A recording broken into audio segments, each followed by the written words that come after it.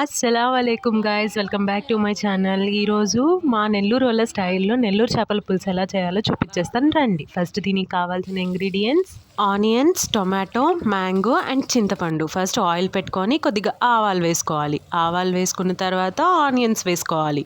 Onions త్వరగా cook అవ్వాలి అని అంటే కొద్దిగా సాల్ట్ వేసుకోవాలి. సాల్ట్ వేసుకున్న తర్వాత టొమాటోస్ని పేస్ట్ చేసి వేస్తుంది ఇక్కడ మా మమ్మీ. టొమాటోస్ మాకు కొద్దిగా దాని స్కిన్ తగిలినా కానీ మేము పక్కన తీసి పెట్టేస్తామని చెప్పి ఇట్లాంటి ట్రిక్స్ ప్లే చేస్తూ ఉంటుంది మా అమ్మ మా మీద. మీరు కావాలిస్తే పీసెస్గా కూడా కట్ చేసుకొని వేసుకోవచ్చు.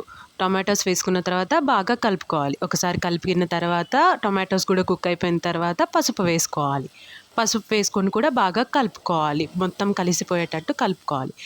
ఎవరికి స్పైసెస్కి తగ్గట్టు, మీ స్పైస్కి తగ్గట్టు కారం వేసుకోవాలి. మేమైతే 2 స్పూన్స్ వేసుకుంటున్నాం కారం. మేము కారం కొద్దిగా లైట్గా ఎక్కువ తింటాము, అంటే చేపల పులుసు కాబట్టి.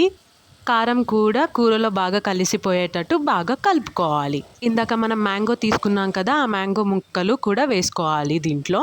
మ్యాంగో ముక్కలు కొద్దిగా కుక్ అవ్వాలి అని చెప్పేసి మమ్మీ ఇక్కడ వాటర్ పోసింది. కొద్దిగా వాటర్ పోసేసి మూత పెట్టుకోవాలి. కొద్దిగా బాయిల్ అవ్వాలి కదా మ్యాంగో ముక్కలు, అందుకని.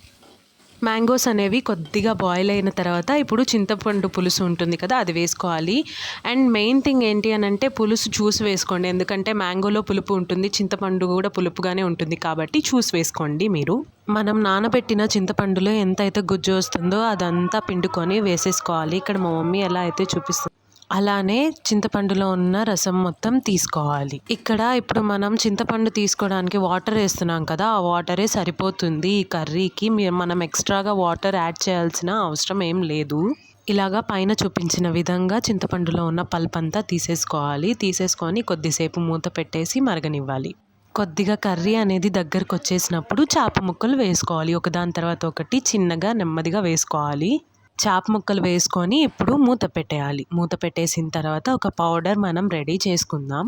ఏం లేదండి, మెంతులు, జీలకర్ర అండ్ కొన్ని ఆవాలు, దీన్ని డ్రై రోస్ట్ చేసుకొని పౌడర్ చేసుకోవాలి. కూర దగ్గరకు వచ్చిన తర్వాత ఇట్లాగా తిప్పుకోవాలన్నమాట. మనం గంటి పెట్టకూడదు, చేప అనేది విరిగిపోతుంది మనం గంటి పెడితే. మనకైతే కూర ఆల్మోస్ట్ రెడీ అయిపోయింది. ఈ టైంలో మెంతుల పొడి ఉంది కదా, ఇందాక చేసుకున్నాం కదా, అది వేసుకోవాలి. అది వేసుకొని లాస్ట్లోనే కరివేపాకు వేసుకోవాలన్నమాట. ఇట్లా వేసుకొని మూత పెట్టేస్తే చాలా ఫ్లేవర్డ్గా ఉంటుంది, చాలా బాగుంటుంది కూడా. అంతే అండి, రెడీ అయిపోయింది మా నెల్లూరు చేపల పులుసు. మీకు ఎలా అనిపించిందో కామెంట్ చేయండి. అలాగే మీ ఇంట్లో కూడా ట్రై చేయండి, నాకు కామెంట్ చేయండి ఎలా వచ్చిందో. Thank you so much.